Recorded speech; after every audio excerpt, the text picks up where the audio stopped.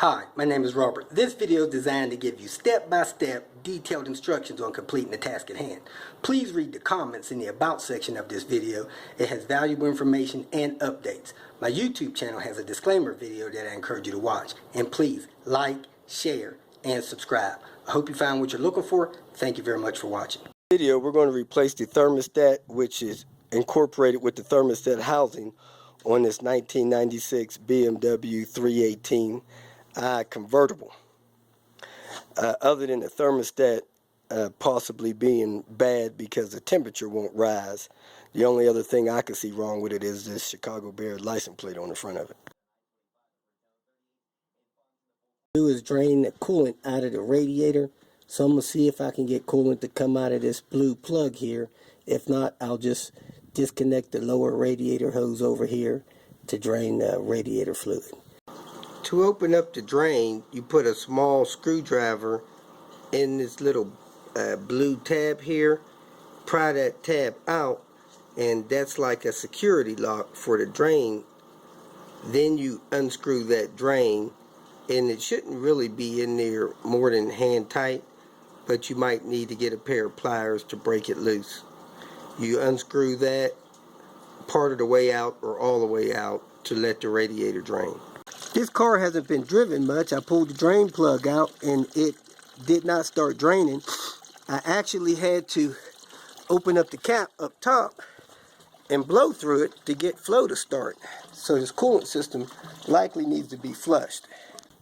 Well, this was initially going to be just a quick thermostat swap, but once I opened up the bottom of the radiator, the fluid didn't flow out. I had to blow it out. It's clumping up.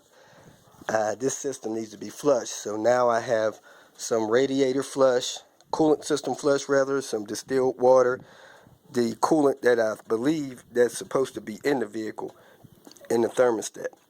So I'm going to pull the old thermostat next. So you take a job that could have been a 30-minute thermostat replacement job, it turns into an hour and a half or so because you have a low mileage vehicle with very little service records on there, and you find out somebody's got the wrong coolant in there and the coolant hadn't been replaced.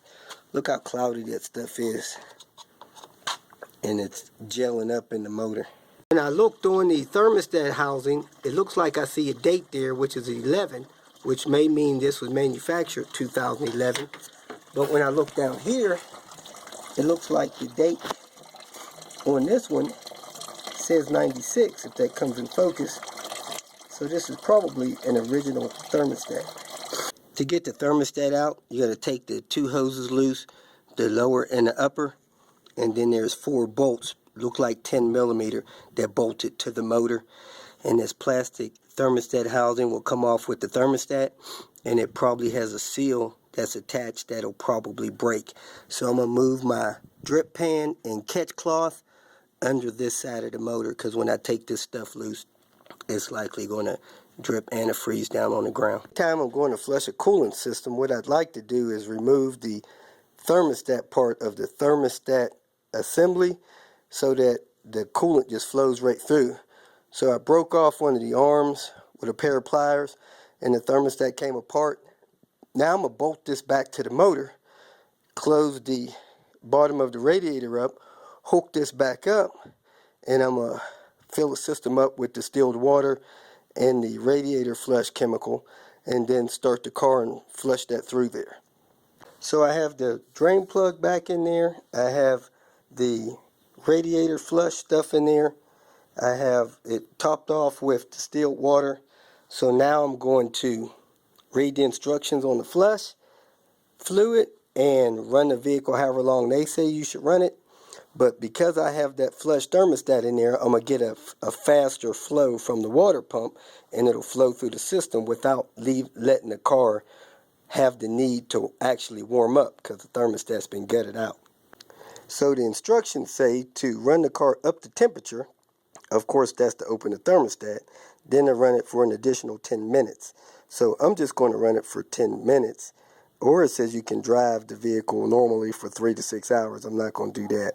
So hopefully just running it for this 10 minutes, so get all this stuff flushed out, and of course you want the heater controls to full hot. Okay, I have the driver's and the passenger side heat maxed out at 90, so hopefully the heater system is flowing the coolant and flush through the entire system, and I have 10 minutes to go.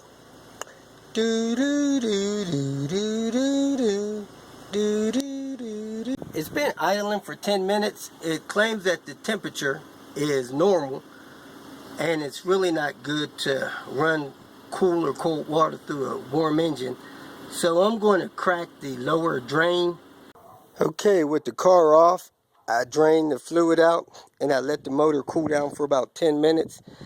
Now I'm going to fill up the radiator, start the car, and let it run for a minute or two. Once I've drained the system of the water, coolant, drain flush mix that's in there, I like to run distilled water through the system 4 additional times. So it's kind of a time-consuming process, and letting the engine cool down and filling up the radiator again with distilled water at least 4 times, and starting the car and running the car for 5 minutes per time to circulate that clean distilled water through there. And then after the 4th time of distilled water only, I drain the system and close it up, fill it up with the coolant, and then top it off with distilled water. Okay, so I pulled out the flush stat and I put the other stat in. Just snug these bolts down. This thing has a seal. If it leaks, snug it a little bit more, but man, maybe 10 inch-pounds of torque. You don't want to crack this plastic. Then I hooked up the 2 radiator lines here. Then under here, I screwed my drain cock in all the way hand tight. Now I'm going to push that locking pin in there that locks the drain cock in. Then I'm going to fill it up with the coolant that I purchased. Alright, so I got the cap open. I'm going to go ahead and fill the, they come in 1.5 liters. I'm pouring both of these in, and I'll top it off with distilled water. If you want to burp the system faster, just to the passenger side of the radiator fill hole, there's a little burping screw that you can remove or loosen that will let air escape the system quicker, and you can get the radiator filled up a lot faster. If you feel that this information was useful, please like it and share it with your social media friends. You can subscribe to my channel so that you will get notifications of future videos that I post. You can follow me on Twitter, and if you need to contact me directly, please visit my website. And if you have any questions, leave them below, and someone or myself will reply to them. Again, thank you very much for watching.